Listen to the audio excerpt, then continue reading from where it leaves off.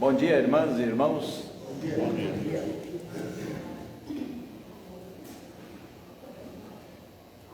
Vamos abrir a palavra do Senhor, continuando a nossa escola dominical. Agora um tempo de estudo bíblico na palavra. Segundo o livro das Crônicas, o capítulo 18. Inicialmente, a gente vai começar nesse trecho da palavra. Como vocês sabem, estudos bíblicos e também escolas dominicais, né? A gente tem um espaço aberto onde todos podem participar, sugerindo, completando, discordando, porque o Espírito Santo não fala só com o professor de escola dominical, professora, mas fala com todo o povo de Deus. E às vezes, como diz Provérbios, é na reunião, como é que é? Quando o provérbio fala, na multidão dos conselheiros há sabedoria, né? Então é isso daí. Segundo o livro das Crônicas, no capítulo 18, do verso 1, inicialmente, até o verso de número 8. Quero deixar um abraço aqui, porque eu acho que um dos irmãos que mais acompanha aqui, inclusive agora ele está ali, né? Acompanhando na internet, é o José Maiorino Filho. O José Maiorino foi minha ovelha lá no Tatuapé, e ele acompanha a escola dominical, acompanha o culto à noite. Segunda-feira passada, inclusive, alguns irmãos daqui também voltaram a acompanhar, porque no primeiro semestre, portanto de fevereiro até junho, a gente transmite os cultos da faculdade lá, né, sempre às segundas-feiras, às 20 horas, às 19 horas, e também lá, José Maiorino está sempre acompanhando. Então, José, Deus te abençoe, querido, e muito bom tê-lo aqui. Estou vendo ali também, né, que está conectado ali, a Rai. Um abraço para você, Rai. A Rai se formou ano passado lá em Diadema, foi minha aluna no 8º ano, agora está lá no 1º ano também em Diadema. Então, obrigado por estar conosco aqui, tá? Um abração para você. Você encontrou o segundo Crônicas 18? Verso 1 até o verso 8. Depois, em seguida, vou distribuir, como a gente já fazia algumas vezes no ano passado, e é bastante didático, vou distribuir alguns textos para vocês nos ajudarem aqui na composição dos textos bíblicos, tá bom? 18, verso 1 até o verso 8. Tinha Josafá riquezas e glória em abundância, e aparentou-se com Acabe. Ao cabo de alguns anos, foi ter com Acabe em Samaria. Acabe matou ovelhas e bois em abundância para ele e para o povo que viera com ele, e o persuadiu a subir com ele a Ramote-Gileade. Acabe, rei de Israel, perguntou a Josafá, rei de Judá: irás tu comigo a Ramote-Gileade? Respondeu-lhe Josafá: serei como tu és, o meu povo como o teu povo, iremos contigo à guerra. Disse mais Josafá ao rei de Israel: consulta primeiro a palavra do Senhor. Então o rei de Israel ajuntou os profetas, 400 homens, e lhes disse: iremos à peleja contra Ramote-Gileade, ou deixarei de ir? Eles disseram: sobe, porque Deus a entregará nas mãos do rei. Disse, porém, Josafá: não há aqui ainda algum outro profeta do Senhor para o consultarmos? Respondeu o rei de Israel a Josafá: há um ainda, por quem podemos consultar o Senhor, porém eu o aborreço, porque nunca profetiza de mim o que é bom, mas somente o que é mau. Ainda o verso 8, e este profeta é Micaías, filho de Imlá. Disse Josafá: não fala assim o rei. Então o rei de Israel chamou um oficial e disse: traze-me depressa a Micaías, filho de Imlá. Até aí. Vou pedir ao nosso irmão presbítero Helvin nos dirija nesta oração. Pai Celestial, nós damos graças por esse momento precioso que nós temos e ouvir a Tua palavra nesta manhã. Sim, Senhor. Pedimos, Senhor Deus, que o Espírito Santo instrua de nós sempre por tua vontade. Sim, Senhor. Peço, Senhor Deus, pelo pastor que está nos transmitindo esse ensino da Tua palavra. Que ele seja abençoado, Senhor Deus, por tudo que recebe. Que haja paz nos nossos corações, que saímos daqui destruídos, que saímos daqui mais alegres, mais felizes, mais dispostos a seguir, Senhor Deus, as Tuas pisadas, mediante a Tua palavra. Sim, Senhor. Em nome de Jesus. Amém. Várias vezes já ao longo do ano passado, nós citamos esse texto aqui, que é um dos que eu gosto bastante, e no domingo passado nós iniciamos neste mês de fevereiro, permitindo Deus, fazemos 4 reflexões sobre o que a Bíblia diz sobre prosperidade. E como nós falamos no domingo passado, a prosperidade não é apenas, na vida cristã, na Bíblia, a prosperidade não é apenas um recurso material, financeiro, ficar rico, ganhar mais, melhorar de vida, todas essas coisas aí, né? Na Bíblia fala também disso, e mais do que falar também disso, porque prosperar não é apenas prosperar materialmente falando, né? Ela também dá os recursos, ou os meios, os caminhos, as regras, como nós falamos no domingo passado, para a gente ter uma vida que a gente pode dizer, né? Obrigado, Deus, pela vida que eu tenho. Obrigado pela forma em que o Senhor conduziu a minha vida até aqui. E aproveitando a escola dominical, e até para fazer com que a gente abra mais ainda os nossos olhos e entendimento para as mensagens do culto à noite, ou dos cultos à noite, a gente vai trazer também esse tema aqui na escola dominical, pelo menos hoje, tá? E no tema da nossa reflexão nesta manhã é sorte ou obediência. E aí eu vou fazer uma pausa para perguntar para você, não precisa responder para mim, só pense na questão que eu vou levantar. Você gosta da vida que você tem e como você chegou até aqui? Não precisa responder para mim, né? Você gosta, né? Você louva a Deus pela família que você construiu, né? E se fôssemos pensar em vida material, econômica, né? Já que prosperidade também entra no tema, a questão material, né? Você é grato a Deus por aquilo que você construiu materialmente, chegando até aqui, nesse estágio da sua vida, né? Pois bem, fique com esse tema e a gente, aliás, com essas questões, para ao longo, quem sabe, da nossa reflexão, você poder respondê-la para você mesmo. E claro, se você quiser oportunamente usar a palavra, você sabe que você tem toda a liberdade para fazer enquanto estivermos aqui refletindo sobre esse tema. Mas há algum tempo tenho dito que na vida do crente, irmãos e irmãs, né, não existe coincidência ou muito menos sorte. Se tem uma coisa que eu não gosto quando se fala na vida do crente é fulano teve sorte. Eu não gosto, né? E quando eu falo eu não gosto, pelo menos dizendo respeito a mim, ou muito menos, já que eu tenho a tarefa, né, de explicar a Bíblia, é minha tarefa, não que eu saiba fazer isso de forma perfeita, porque ninguém sabe, só Deus, né? Mas ocupando a função que eu ocupo, inclusive na faculdade, no seminário, é a minha tarefa explicar, né, a Escritura. E daquilo que eu entendo na Escritura, daquilo que eu li da Escritura até aqui, né, a palavra sorte não é atribuída ao povo de Deus, né? Não, sorte não. Não que você não tenha sorte. Aí falar sorte, por exemplo, você foi no aniversário ou no chá de panelas. E aí nas brincadeiras ali, Dona Fátima, no chá de panelas, teve ali um sorteio. Ora, sorteio vem da palavra sorte. E de repente tinham 20 mulheres ali, ou 30 pessoas ali, e aí apareceu o número que você escolheu, saiu o seu número. A isso se atribui sorte, né? Mas não é dessa sorte que eu estou falando. É aquela sorte que você fala assim, mas você viu o casamento do fulano? Mas fulano teve sorte, casou com imagina, a Lília teve sorte, casou com o Marco César, você vê aí, né? A Cleide teve sorte, casou com o Milton. Na vida do crente, irmãos e irmãs, essa palavra sorte não tem nenhum fundamento bíblico. Por quê? Porque nós cremos que cada escolha nossa, desde a mais simples até a mais substancial, tem a mediação do Espírito Santo. Então, não se deve atribuir à sorte aquilo que é função do Espírito Santo.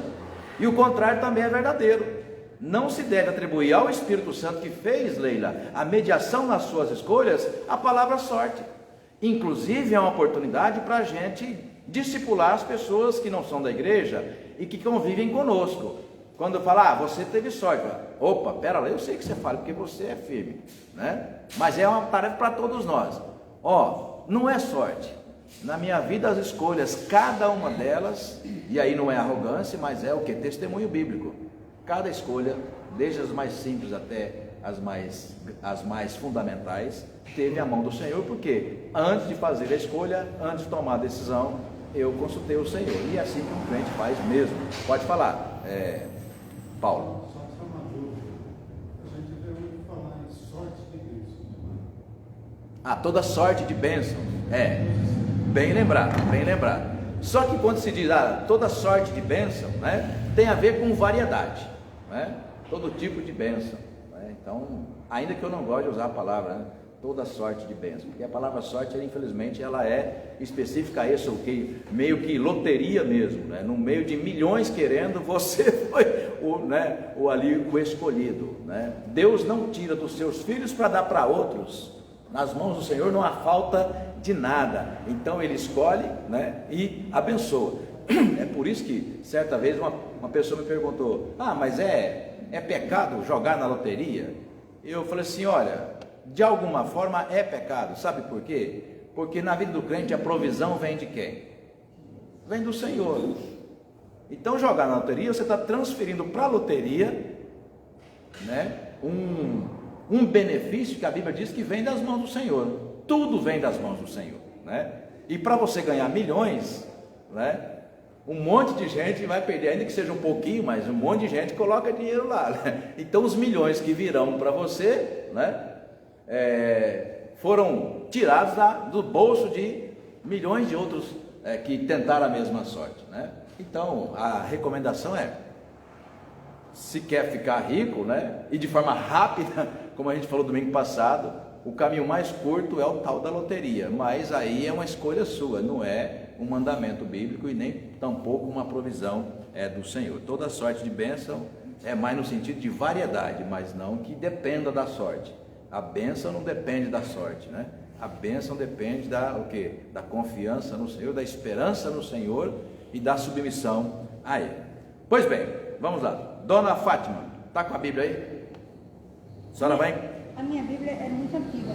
Mas, É a versão muito antiga. mas não tem problema. Entendeu? Porque eu É Bíblia, não deixou de ser Bíblia não, né? Eu esqueci da minha Bíblia. Felizmente, fiquei aperreada e peguei da minha, uma que tinha velha lá. Tá bom. A senhora vai achar Provérbios 6:9. Aí quando eu pedir, por favor, a senhora vai ler. Leila, Eclesiastes capítulo 11, de 1 a 6. Milton, Neemias 4:10. Josué, Malaquias, vizinho da esquerda de Mateus, capítulo 3, 14 a 18.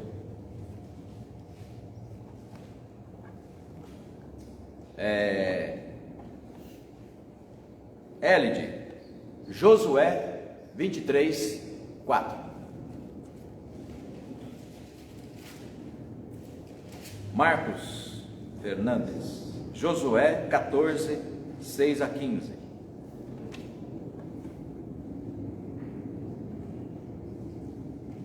E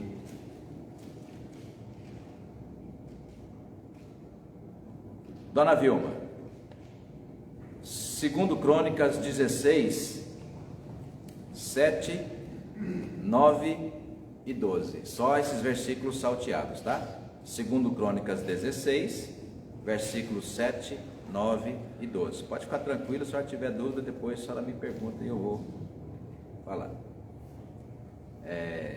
Lilian, 1 Reis 21, versos 4, 7, depois 8 a 10. Vai fazer um breve resumo aí da figurinha chamada Jezabel, né? Por enquanto só esses textos aqui, querido. Depois a gente vai... Pastor, só confirmando, o meu é 6:10? Provérbios 6:9. 6:9, né? Bom, então, atendendo ao tema que nós estamos propondo para a reflexão de todos nós nessa manhã, né? Você gosta da vida que você tem, da vida que você, né? Vamos imaginar que você tem a minha idade, 50 anos, agora a Miriam tem, né? 50 anos, né? Então, Seria essa pergunta. Você com 50, com 60, com 80. Com 80 fica mais ainda desafiador, né? Ou seja, você gosta da vida que você tem, das escolhas que você fez, né? Se porventura parte dessa vida que você tem, da família que você tem, parte te traz de sabor, e o que é bom que você não precisa de contar para mim, é só uma reflexão que você está sendo provocado a fazer, né? Naquilo que você tem de sabor, naquilo que você tem de tristeza, naquilo que você fala, oh meu Deus, poderia ser melhor, né? E todos nós temos isso, né? Todos nós temos isso. Só por curiosidade, para você mesmo ser provocado nessa reflexão, né? Naquilo da parte da sua vida, da sua casa, das suas coisas que você não gosta, ou que você pensa que poderia ser melhor, você diria que teve ali uma insistência sua, Deus falando para você, não vá, e você foi, né? Na minha eu sei que tem, né? Algumas coisas que me acompanham e que me acompanharam durante um período da minha vida, né? Assim, poxa vida, e Deus me falava, não vá, não faça, não é assim, me ouve, e eu ali, né, jovem, né, e tal, aí na insistência, né, como domingo nós falamos na pregação, um pastor que eu citei de Maringá, dizendo, quando se trata de questão financeira, né, daquilo que eu quero comprar, eu nem oro.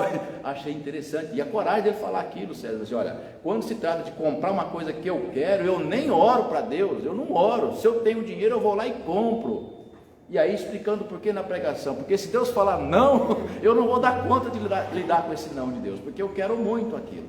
Mas é importante, presbítero Denilson, lembrar que quando a gente toma essa decisão deliberada sobre alguma atitude que a gente vai ter, e não estou falando de pecado não, irmãos, pode ser também, mas estou falando de coisas que, por exemplo, um planejamento financeiro mal feito, né? Uma compra meio que, por exemplo, comprar a casa própria, fazer uma dívida para 30 anos, né? Que é o caso que eu fiz, e outros de vocês, acho que também que não, vocês não fizeram, né?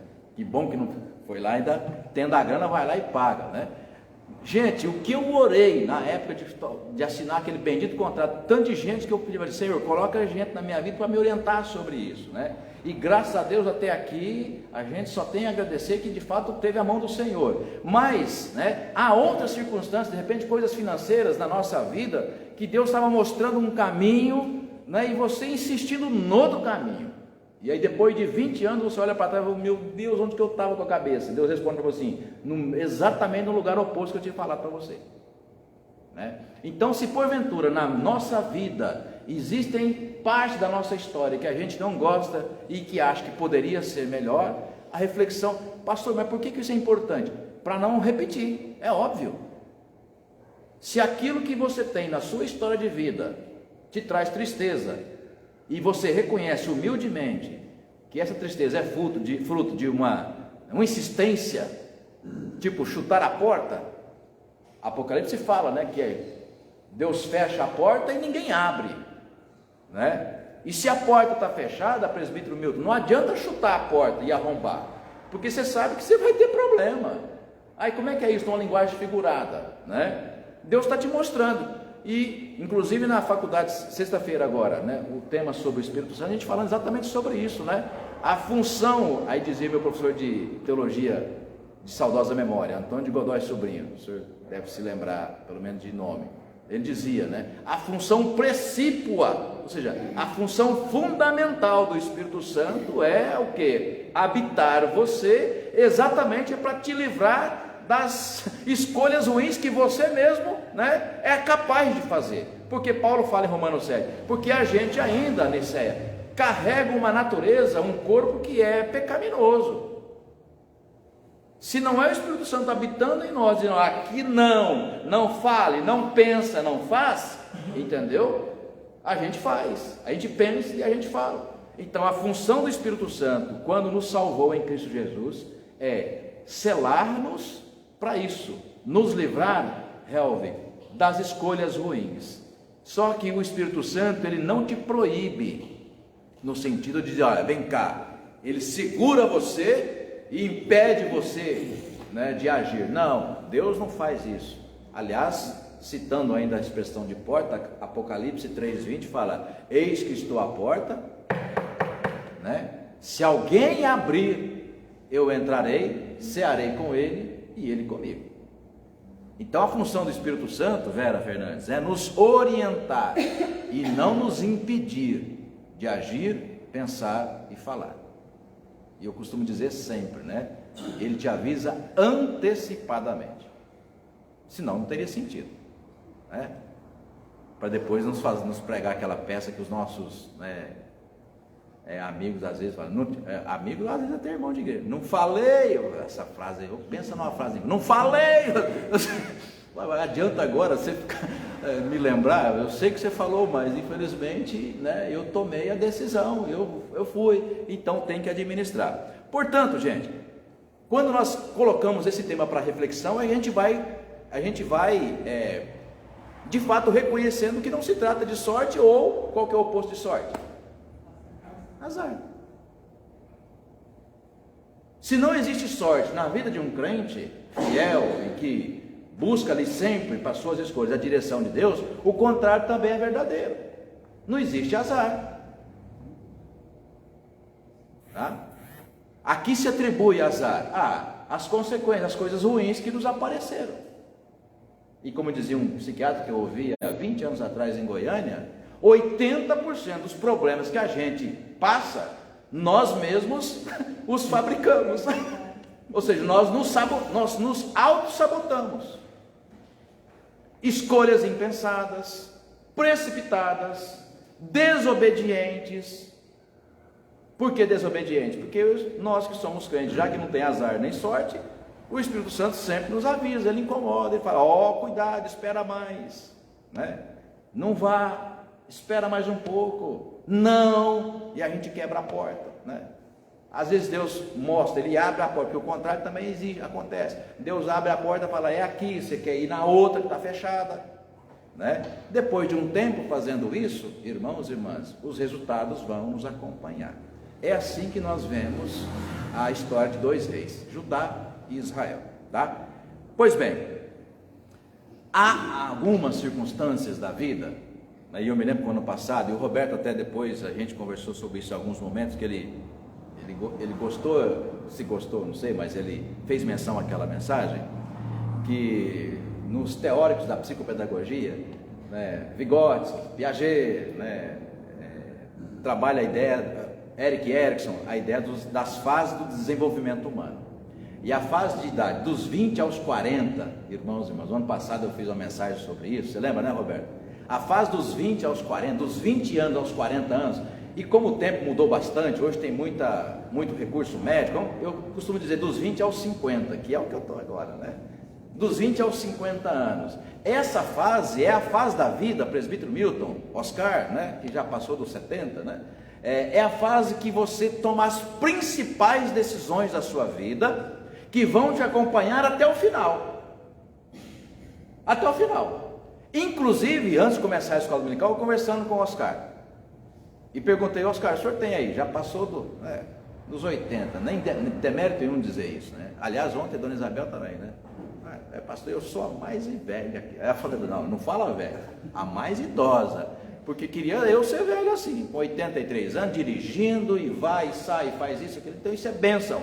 Então significa que ao longo da vida, dos 20 aos 50, entendeu-se que, ainda que sendo livre, algumas coisas você não faz com a sua saúde, né? Essa noite lá no prédio que eu moro, né? Há um casal lá na sacada, eu falei, passou a noite, ainda bem que eu durmo que nem uma pedra, a Alessandra que não conseguiu dormir, aí ele falou assim, ai meu Deus, a noite inteirinha um casal na sacada do apartamento, né? Ali conversando e dando risada, e passou a noite em claro. Eu falei, irmãos, só em velório e olhe lá, para eu passar uma noite em claro, que no outro dia eu estou destruído, né? Pelo menos 5 horinhas ali eu preciso para dormir, né? E principalmente naquele bloco dos 20 aos 50, ou dos 20 aos 40, né, onde o jovem, né, tem um estilo de vida que precisa passar muito tempo, né, testando se de fato o seu corpo é bom, né? Então algumas escolhas que se faz naquele período, né, com o passar do tempo, né, Oscar, vai te cobrar, né? Geralmente é o tabaco, a bebida, drogas, né? Comer demais, porque não é só a droga não, comer demais, beber demais, né? Muito refrigerante. Aquele doutor Lair Ribeiro, né? Aquele médico, ele fala que ele é capaz de falar que uma garrafa de refrigerante diária faz mais mal do que uma taça de vinho, né? Ele é capaz, tem vários vídeos dele no YouTube, né? Não estou fazendo apologia aqui não, mas para dizer, o vinho, o refrigerante é tão danoso para a saúde humana quanto é o álcool e outras coisas mais. Então, na nossa vida, nesse bloco 20 ao 40, que a gente tem muita energia, muita disposição, às vezes é naquele período que a gente se auto-sabota, e quando chega depois dos 50 ou depois dos 60, o boleto chega e você tem que pagar, né? Por isso, pensando um pouco sobre vida financeira, o primeiro texto, Dona Fátima vai ler, a gente escuta, Provérbios 6, verso 9. Ó, preguiçoso, até quando você vai ficar deitado? Quando você se levantará da sua boa vida? Pois é, esse texto é bastante conhecido e lido por uma pernambucana, então fica mais bonito ainda, né? Rio-Grandense. Rio-Grandense, nortista, né? Rio Grande do Norte, né? Pois é. É de Natal? Sim. Então é o seguinte, acontece que durante muito tempo a pessoa que tem condições, tem saúde para trabalhar às vezes 2 horários, 3 horários, porque é isso que se faz. Quer aprender, né? A Lília já passou dos 40 também e trabalha 3 períodos. Voltou a trabalhar, não é? 3 períodos. De manhã, irmãos e irmãs, para um pouquinho para pensar o que é dar aula em 3 períodos. De manhã, tarde e noite. Você sai de casa às 6h30 da manhã, vai chegar às 11 horas da noite. Imagina, enfrentar a classe. Eu não dou aula para criança. A Lília dá, né? Aula para criança? Não, eu não, só para adolescente, que às vezes pode ser pior também, né? Você está me ouvindo aí? Né? Mas você imagina isso. Só que quem tem dos 20 aos 50 ainda tem um certo pique para isso. E por que ele faz isso? Ele faz isso entendendo, viu, dona Lília, presbítera Lília, né? O tal dos 2 padrões, os 2 contratos de trabalho, concursado em 2 contratos, né? Ou seja, agora é difícil, é pesado, mas depois dos 55, quando você vai se aposentar, entendeu? Aquela diferença financeira vai te abençoar muito grande, bastante. Então é difícil, é cansativo, né? Às vezes você diz, não, eu não abro mão do meu lazer, do meu descanso, mas é um bloco da sua vida que você tem condições de fazer isso. Trabalhar um pouco mais nessa fase 20 e 50, porque você sabe que depois, isso é biologicamente falando, depois dos 50, algumas coisas que você fazia com o pé nas costas aos 25, você não vai fazer mais. Depois dos 60, então, a Bíblia está certinho. Depois de 70, aí, gente, é rede mesmo, né, Josué? Josué, pastor, eu parei com 60, aposentei com 40 anos, naquela época que podia, né? Não que eu tenha parado de trabalhar aos 40 anos. Ele falou, em 2019, né? Saiu lá do último emprego que tinha, mesmo aposentado. Aí depois de pandemia, falou, então, depois da pandemia, é casa, é só casa, é descanso, né? Merecido. Por quê? Trabalhou, construiu, proveu enquanto tinha condições. Pior é quando se faz uma gestão ruim do bloco 20 e 50 e precisando, para sobreviver, ter que trabalhar depois dos 65, depois dos 70. Né? É uma tristeza.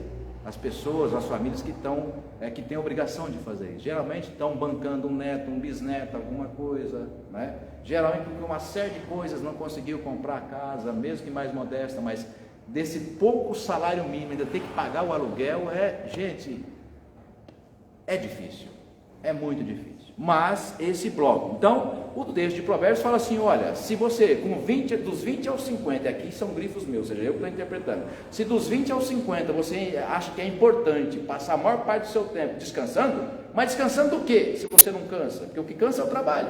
Aí ele fala, vai ter com a formiga, o preguiçoso, que não tem chefe, não tem guia, no entanto está lá, Por que ela está fazendo aquilo? Olha a metáfora que ela usa, dona Isabel. Porque quando vem a chuva, um período de chuva, a formiga é muito leve, ela, ó,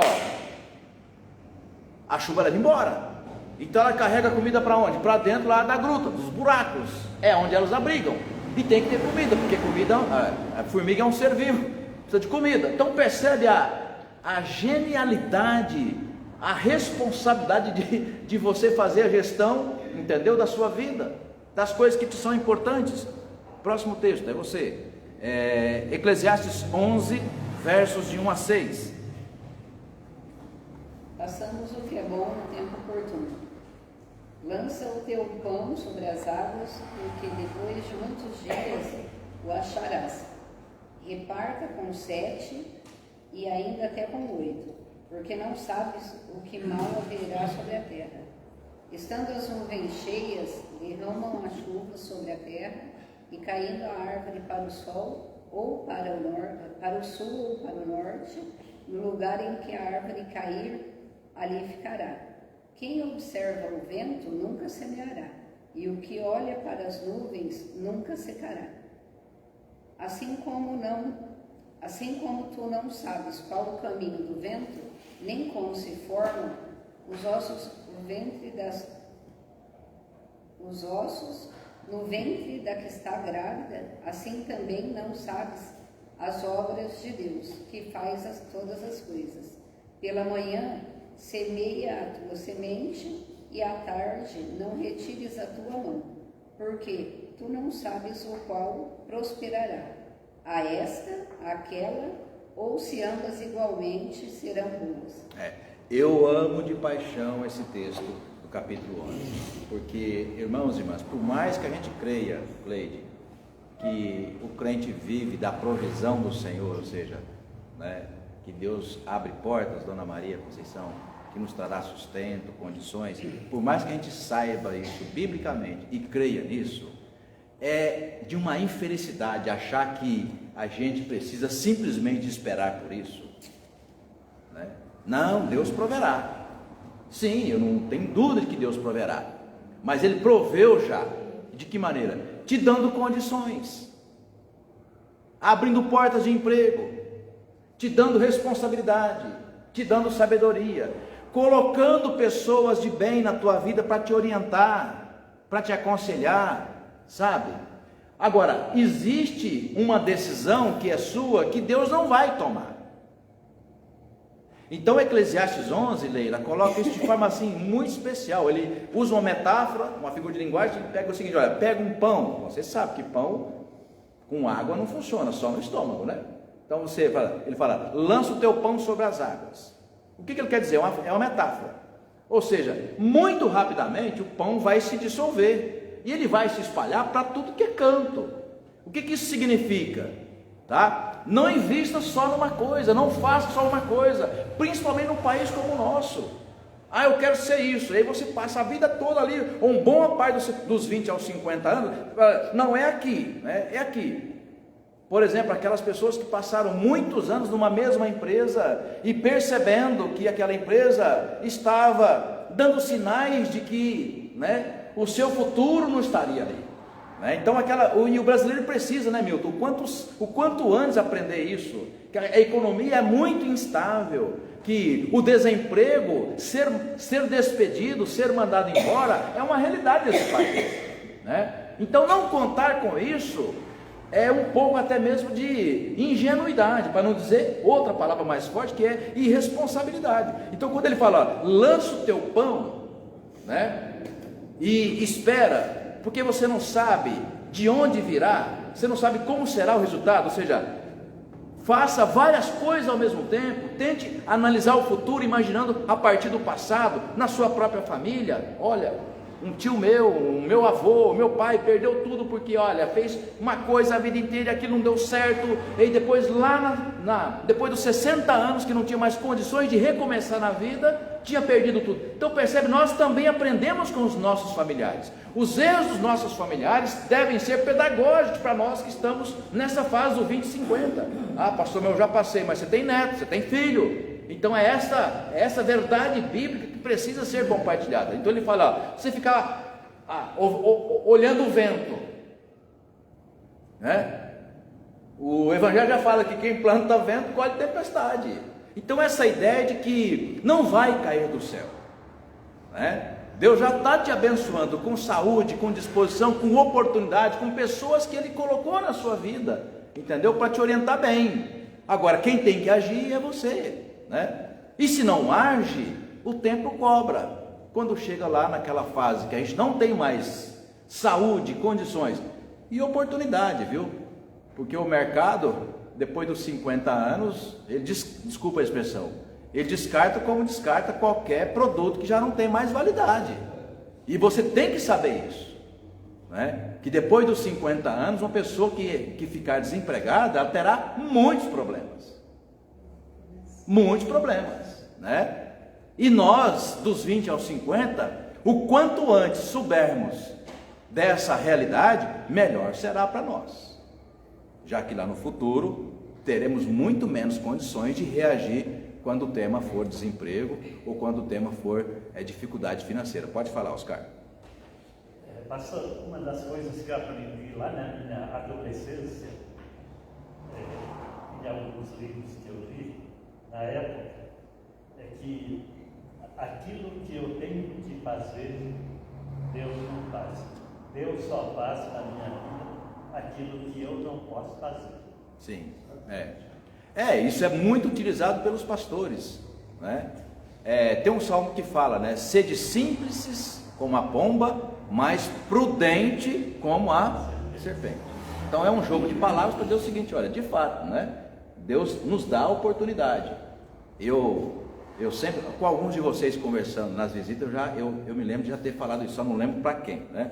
Mas eu tive um diácono numa outra igreja, que eu pastor o seu Odilon, é uma figura. E o seu Odilon era um negão de 2 metros de altura, forte, né? Bastante assim, né? Bem-humorado. E ele era o presidente da mesa diaconal, Liliane, e tinha lá a escala de casas que ele levava a cesta básica. E ele era aposentado já, e ele fazia questão de ir em toda visita para levar a cesta básica. E ele contando para mim: pastor, né? Ele era também, tinha um sotaque: pastor, a casa do fulano de tal, não era da igreja, era de alguém que conhecia alguém da igreja, aquela casa assim, né? Fulano, tá, fulano que é conhecido da pessoa da igreja, tá bom. Foi no primeiro mês levar a cesta, aí chegou lá o cabra deitado na rede. Ele já ficou incomodado. Tudo bem, você está desempregado? Tudo bem, não, mesmo estando desempregado, a imagem da rede parece que não é apropriada para quem está desempregado, né? E o diácono chega com as irmãs na casa e a cena que ele encontra, o cabra deitado na rede. O meu tio, mas ele dava na orelha dos moleques com 25 anos deitado na rede. Que rede o quê? Isso não é para você não, isso é para aposentado. Você é aposentado? O que você está fazendo? Com 25 anos na rede, você está fazendo o que na rede, né? Então aquela história. Aí ele chegou e entregou a cesta. Tá bom. Mês seguinte, foi o cabra do mesmo jeito. Aí chamaram para ir lá no fundo, tinha uma varanda na casa grande, né? No fundo tinha uma varanda. Aí que o senhor Dilon viu o quintal. Pensa num quintal grande, um mato dessa altura. E o cara desempregado, na rede, recebendo cesta básica da igreja. No terceiro mês, aí falou: pastor, aí não aguentei, né? Aí ele chegou lá, foi também, entregou a cesta, e aí perguntou pro cara, né? Para provocar uma reação. Escuta, esse quintal, imagina, seu velho, né? Esse quintal aí não dá feijão, não? Não dá. Mas não dá uma abóbora? Não dá. Tudo que ele falava não dava. Mas você já plantou? Não, plantando dá, né? Então, sim, é uma mistura de realidade com ilustração, assim, né? Às vezes você tem oportunidades que estão ali escancaradas, né? Diante de você, mas você não percebe que, né? Que você precisa agir. Deus não vai capinar o quintal para você. Não vai. Não, é você que tem que capinar, né? Um pastor da televisão, eu não quero falar o nome dele, porque na época que ele contou essa história eu gostava dele, hoje eu gosto menos, né? Ele dizendo que um dia o irmão ligou para ele: pastor, ligou no gabinete: pastor, estou desempregado, minha vida está muito difícil, complicada. E aí ele falou assim: você está desempregado? Então, tem uma boa notícia para você, Acabei de receber ligação aqui do irmão, ela perguntou, o que você faz? Eu sou pedreiro. Ah, você é pedreiro? Ah, então Deus está ouvindo sua oração. Acabei de atender o irmão aqui no gabinete que está precisando de um pedreiro. É mesmo, pastor? Tá, mas o que é o serviço? Ah, ele tem uma calçada para fazer. Ele falou assim, calçada, pastor? Eu sou lá homem de fazer calçada? Ele só contou até aí. Quer dizer o seguinte, ele era um construtor de casa. Um construtor de casa que agora não tem casa para construir, não se dá, entendeu, ao papel humilhante de fazer uma calçada. E aí o pastor brigou com ele, falou assim, rapaz, Deus está te dando a oportunidade da vida, faça a melhor calçada da sua vida, vai passar alguém. E pensa, pô, se um pedreiro é capaz de fazer uma calçada com tanto cuidado, eu vou confiar ele a minha casa. Então percebe, né? Então às vezes é as oportunidades que Deus escancara diante de nós e mostra o caminho, só que Ele não te empurra no caminho não, Ele só mostra, né? E a gente vai perdendo as oportunidades achando, aí lá no futuro, que a conta chega, a gente reclama, eu só tive azar na minha vida. Azar? Não, as escolhas que foram feitas, né? Neemias 4:10, na mesma direção do que estamos falando aqui. Então disse Judá, já desfaleceram as forças dos carregadores, e os escombros são muitos, de maneira que não podemos edificar o muro. Pronto, então vocês conhecem a história de Neemias. Poxa, Neemias está lá, no bem bom, trabalhando lá, ainda que de escravo, mas ele trabalhava na cozinha do rei Artaxerxes. Ele recebe lá uma comitiva de Israel, dizendo, olha, nosso povo está... o templo destruído, os muros derribados, e nós precisamos, né, de reconstruir. Ele se sente convocado. Enfim, ele chega lá, quando ele chega em Jerusalém, tudo quebrado, derrubado, tudo mais, tal. Tá bom, Deus deu forças, reuniu o povo, vamos começar a obra. Quando começaram a obra, né, tinha gente que se alimentava, né, da destruição em Jerusalém. Como às vezes tem igreja, a igreja está passando uma crise terrível e tem gente que está gostando. Sabe por que está gostando? Fala assim, eu falei que não ia dar certo trocar o pastor, eu falei que não ia dar certo esse superintendente de escola dominical, eu falei que não ia dar certo esse professor de escola. Tem gente que gosta só para dizer que, olha, eu avisei, achando que isso é alguma coisa. Não, não é assim que funciona. Então lá naquela ocasião havia gente, que Sanbalat, Tobias e Gesem, estavam ganhando em todos os sentidos com o templo e os muros derribados. Quando eles começaram a obra, houve um motim para parar a obra. Basta ler o livro de Neemias. Ora, o que restou para Neemias? Você pode perceber uma coisa que eu acho preciosíssima no livro de Neemias, que são 12 capítulos. Todo capítulo, do primeiro até o 12º, sem exceção, todo capítulo você vai encontrar o Neemias convocando o povo para uma oração. E é um dos líderes naquele livro, é uma das pessoas que mais dá exemplo de trabalho. Então veja, trabalho, ora et labora, ou seja, oração e trabalho, né? Na Idade Média os frades, como é que fala ali, os monges, né? Com a barriga desse tamanho, porque só lia, ouvia os cânticos gregorianos, né? Dormia, não trabalhava. Você vai só comer, dormir, dar risada, a barriga vai, né? Uma vida muitas vezes sem sentido. Bom, então a ideia que Neemias coloca é: nós vamos orar a Deus, nós vamos trabalhar, vamos pegar na enxada, e também para nos proteger dos inimigos, a gente vai pegar a arma, naquele contexto. Então ele fala: oração, trabalho, trabalhava o dia inteiro, e do lado da pá, da enxada, vamos pensar assim, ainda tinha que segurar a garrucha, a espingarda, para tentar proteger dos inimigos. Então percebe?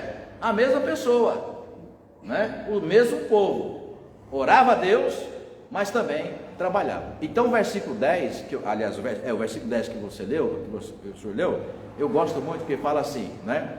Oramos a Deus, mas por precaução colocamos guardas no muro. Olha assim, como assim, pastor? Esse versículo, dona Vilma, não podia estar na Bíblia. Será que ele não crê em Deus? Será que ele duvidou do que Deus ia fazer? Então tá bom, vou perguntar para você: você bota o seu carro no seguro? Bota? Quando você sai de casa, você tranca a casa, o portão, a chave, né? A porta, né? Então isso significa o quê? Deus não é flanelinha não, Deus não é cuidador de carro não. Deus te deu condições de comprar o carro, de comprar a sua casa, né? Então aí faço minhas as palavras do Oscar, e não está errado, está certíssimo. O que você tem que fazer, Deus não vai fazer, você tem que fazer. Então quando ele fala, vai ter com a formiga igual a preguiçosa, eu vou dizer, pera lá, você tem 30 anos, você tem 40, você tem 50, ainda está lendo, né? Acorda às 6 da manhã, vai lá, né? Passa o dia inteiro lá na máquina de costura, né, Miriam? Na máquina de costura, chega em casa, ainda tem que cuidar daquele marido lá, né? Que é aposentado já, aquela história, os filhos, a casa, a comida, percebe? Então é assim, ou seja, a gente, enquanto ainda tem condições, a gente está na luta, né? Mas hoje, aos 50, Miriam, tem menos condições, ou menos força e vigor que tinha com 20, com 25, com 30, né? Então cada etapa da vida, a gente tendo aí de cumprir aquilo que tem que cumprir no seu tempo. Malaquias, quem pegou Malaquias? Josué. Vós dizeis, inútil é servir a Deus, que nos aproveitou ter descuidado de guardar os seus preceitos e andar de luto diante do Senhor dos Exércitos. Ora, pois, nós reputamos por felizes e soberbos. Também cometem impiedade e prosperam. Sim, eles tentam ao Senhor e escapam. Então os que temiam ao Senhor falavam uns aos outros. O Senhor atentava e ouvia. Havia um memorial escrito diante dele para os que temem ao Senhor e para os que se lembram do seu nome. Eles serão para mim particular tesouro. Naquele dia prepararei, diz o Senhor dos Exércitos. Poupá-los-ei como o homem poupa a seu filho que o serve. Então vereis outra vez a diferença entre o justo e o perverso, entre o que serve a Deus e o que não o serve. Obrigado. É outro texto também que eu tenho tudo rabiscado aqui na minha Bíblia, porque para mim é uma... E isso aprendi em casa, no berço, e confirmado na Escritura. Gente, faz muito mal emocionalmente, para mim, eu acho que deve fazer para todos vocês. Sabe aquela pessoa de mal com a vida? Tudo está ruim, né? Ah, mas você vê fulano? Não, mas fulano, não, é bom, olha, mas sabe, meu Deus do céu, isso vindo do mundo, você até entende, mas de crente, sabe aquele crente reclamão, sabe, que tudo está ruim, que reclama, que não é capaz de dar glória a Deus, de agradecer por algo, né, que está ali dentro dos olhos dele, diante dos olhos dele e tal. Então, eu vejo Malaquias, eu vejo essa cena e eu que sou pastor, né, então já lidei com muitas famílias assim, né? Deus acaba de dar uma bênção, uma graça, né? A pessoa, em vez de agradecer, já está lembrando de outra coisa que não tem, ou de outra causa que precisa ser atendida. Não é capaz de ter um coração grato, sabe? Não ter um coração de confiar no Senhor, saber que até mesmo nas coisas que não nos dão alegria, a gente vê a mão de Deus, porque nas lágrimas a gente aprende o quê? Que nós temos limitações, que nós não somos super poderosos e que a nossa pátria não é aqui. Em algum momento Deus vai nos recolher. Então a gente aprende em toda e qualquer situação da vida. O Malaquias reproduz isso. Está vendo? Olha, aqueles caras que não temem ao teu nome, Senhor, eles aqui estão bem, andando de carro novo, vão para o shopping toda semana, pede pizza toda hora, o motoboy não sai da porta da casa dele, uma pizza custa 60, 70 reais. Aquele crente que a vida inteira, ele só sabe olhar para a vida do outro. Ele não vê as oportunidades que Deus escancarou para ele. Aí então o texto corrige, né? No final ele fala, calma, paciência. No final você vai ver a diferença entre quem serve a Deus e quem não serve. No final você vai ver a diferença entre quem é justo e quem não é. Porque às vezes você está pegando um padrão para comparar a sua vida com a vida do outro. Se esse padrão é financeiro, aí você pode pensar, não, mas o fulano está melhor do que eu, né? Você tem que cuidar da sua vida. E o principal é, a sua vida com Deus está em ordem? Se Deus te chamar agora, tendo 100 mil na conta, ou devendo 10 mil no limite, né? Se Ele te chamar agora, isso aí não servirá de nada. Você tem que estar pronto para o quê? Para o dia do Senhor. Tá certo? Quem levantou a mão? Fala, Paulo. Eu trabalhei muito com manutenção, grandes empresas aqui em São Paulo, uma ótima, várias empresas. Aham. Muitos lugares, todo cliente que pagava, eu trabalhei no Paulo do Rio do Sul, no Paulo do Rio do Nordeste, eu andei pela região do Centro-Oeste, às de carro de empresa, carro viagem aérea, mas era um trabalho que as pessoas que me viam achavam que eu estava fazendo turismo no Brasil. Você chegava na segunda-feira, estava em Porto Alegre, na quarta estava em Curitiba, e na sexta estava no Rio Grande do Sul. Aí sim, hein? O executivo, né? Mas isso foi a época que eu mais sofri na minha vida. Eu ia fazer uma competição aqui, e o lugar de chegar aos ambientes é gostoso. Mas ganhava. Ganhava. Bem. Ganhava o que já estava fora, na série de São Paulo. Como estava fora de São Paulo, só quando está fora de São Paulo ganhava 25% dos meses. E ganhava horas extras. E foi com esses recursos que você. Bom, e que idade que você tinha nessa época? 32 anos. Então, é o que eu estou falando. Né? E Viaja, sai de um canto no Brasil, pega voo, vai para o outro, ou seja, você está dentro do bloco que você tinha condições de fazer isso. fui para a cidade de São Francisco do Sul. Já fui lá também. Lá tinha uma fábrica, lá a cidade faz fogo, né?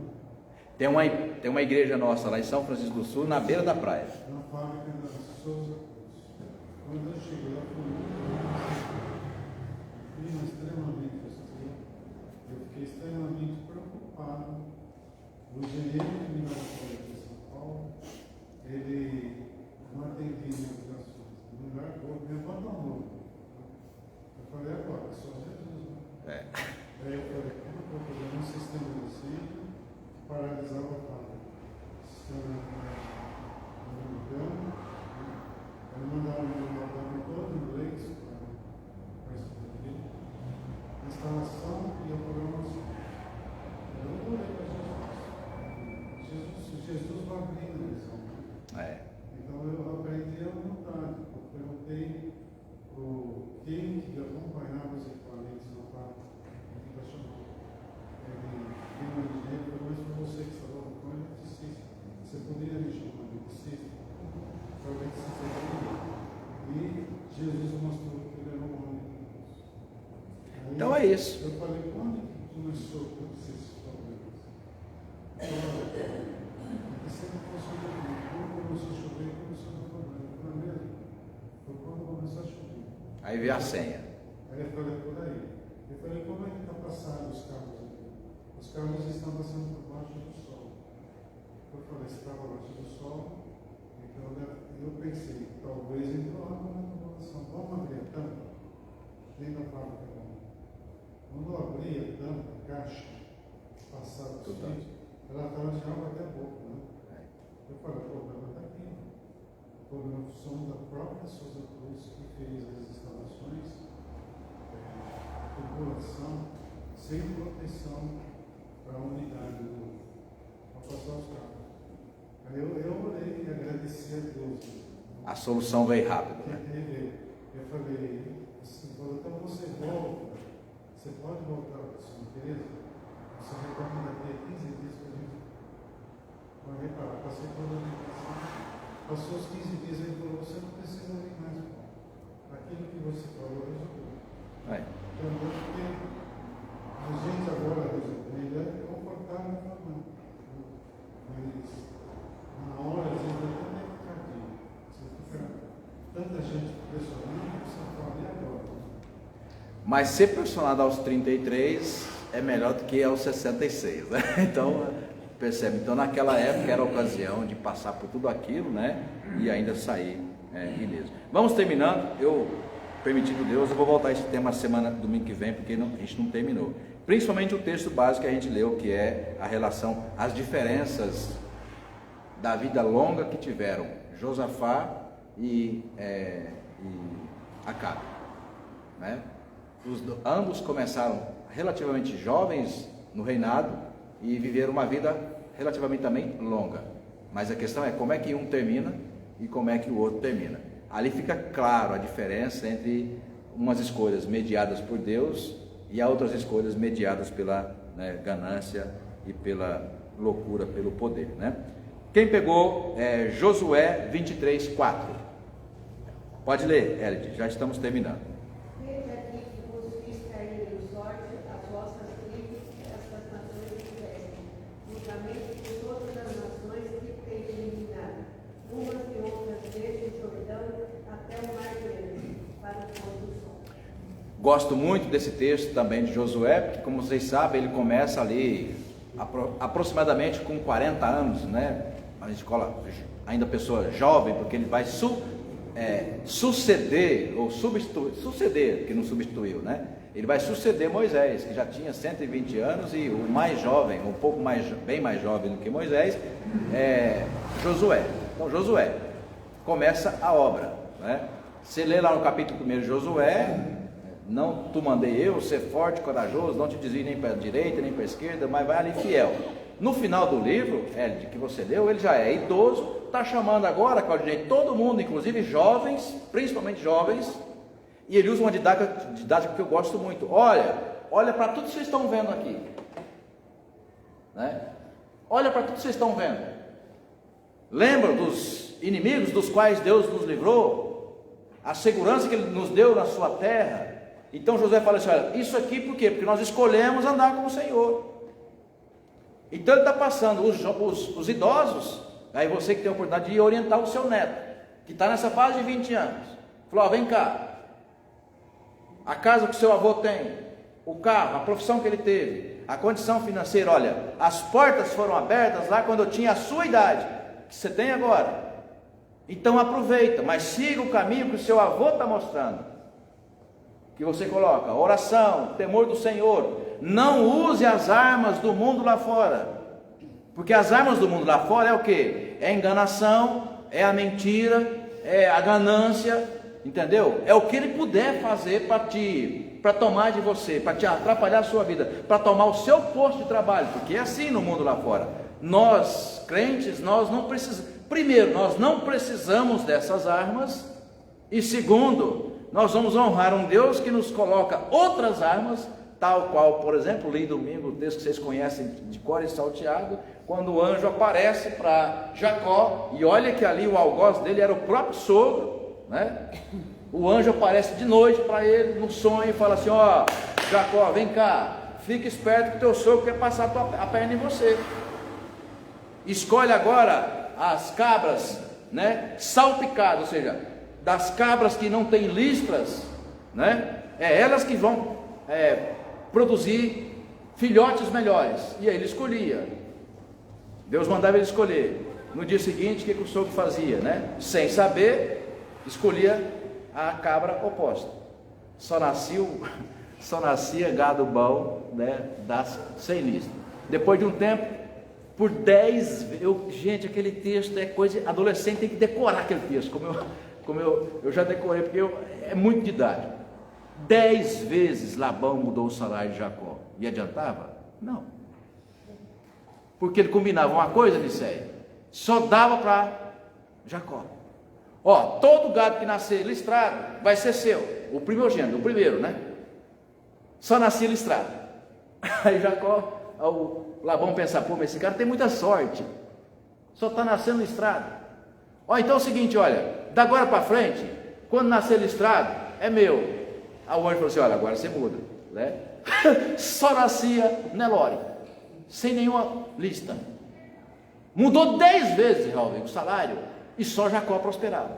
Por que você acha que era isso? Era sorte e azar de Labão? Não. O próprio anjo, Gênesis 29, 31, ele dá a resposta: olha, lá na noite em que você saiu de casa, naquela noite que você fez um voto com Deus, entendeu? 20 anos atrás, ó, é aquele voto que fez a diferença na sua vida. As escolhas que você tomou lá no passado, que agora, depois de 20, depois de 30, depois de 40 anos, está fazendo a diferença. Está lá, você pode conferir, tá? Último texto de Josué 14, Quem que pegou? Josué 14, de 6 a 15. O Marcos. E aí com essa leitura a gente termina. A gente faz uma pausa para retomar domingo que vem.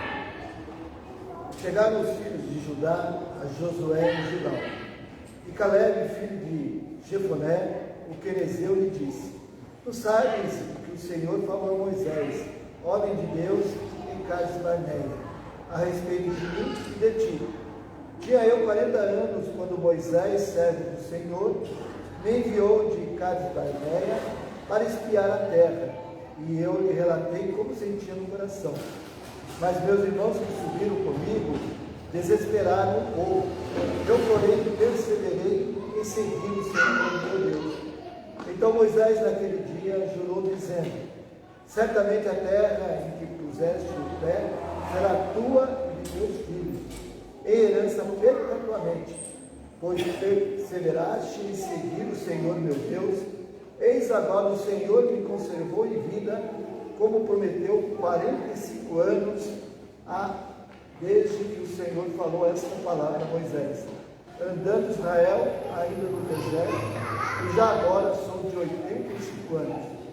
Estou forte ainda hoje, como no dia em que Moisés me enviou. Qual era a minha força naquele dia? Tal ainda agora para o combate, tanto para sair a ele como para voltar. Agora, pois, dá-me este monte de que o Senhor falou naquele dia, pois naquele dia ouviste que lhe estavam os anaquins e grandes e fortes cidades. O Senhor, porventura, será comigo para o desapossar, como prometeu. Josué o abençoou e deu a Caleb, filho de Jefoné, Hebrom em herança. Portanto, Hebrom passou a ser de Caleb, filho de Jefoné, que lhes deu herança até o dia de hoje. Isto, perseverava em seguir o Senhor Deus de Israel. Antes o nome de Hebrom era Kiriat Arba. Este Arba foi o maior homem entre os anaquins, e a terra repousou da terra. Ok. Bom, então é isso, né? Se você, duas lições que a gente tira desse texto que foi lido, né? Uma, Josué com 85 anos, aí está deitado na rede, está na casa, vamos pensar assim, está na casa que ele sonhou ter, entendeu? Está com a vida que ele pediu a Deus. Aí você de repente não está com a vida do mesmo jeito, passa, mas olha que homem que teve sorte. Foi sorte? Ele falou assim: olha, eu lutei, trabalhei, esperei no Senhor 45 anos para ter a vida que eu tenho agora. 45 anos, dona Vilma. O crente hoje, ele é tão exigente que ele pede de manhã, ele não quer de tarde não, ele quer na hora do almoço. E se não atender, ele muda de igreja, porque ele acha que a oração do pastor não é boa, que a igreja não é avivada, ele vai mudando, por quê? Ele pede de manhã e já quer na hora do almoço. Caleb esperou 45 anos. 45 anos até chegar a bênção. E ele fala: e eu estou grato a Deus, estou pronto para lutar. Se precisar lutar, dona Fátima, fala Caleb, eu ainda estou pronto para lutar. 85 anos. Hoje o cara com 20 está cansado, né? 25 está cansado, né? Então a gente vai vendo aí essa diferença nas escolhas: sorte ou azar, né? Sorte ou obediência a Deus. Com certeza, nem sorte nem azar, é obediência a Deus e provisão do Senhor. Deus abençoe, irmãos e irmãs, a todos nós. Nos prepare para o culto logo mais à noite. E na semana que vem, permitindo Deus, a gente retoma esse tema a partir do texto aqui de Crônicas, que a gente pouco nele ficou, tá bom? Tenha um bom domingo, tenha um bom almoço com a família. Deus os abençoe em nome de Jesus, e a vocês também que de casa nos acompanharam. Tenham um excelente domingo e almoço de família. Tchau.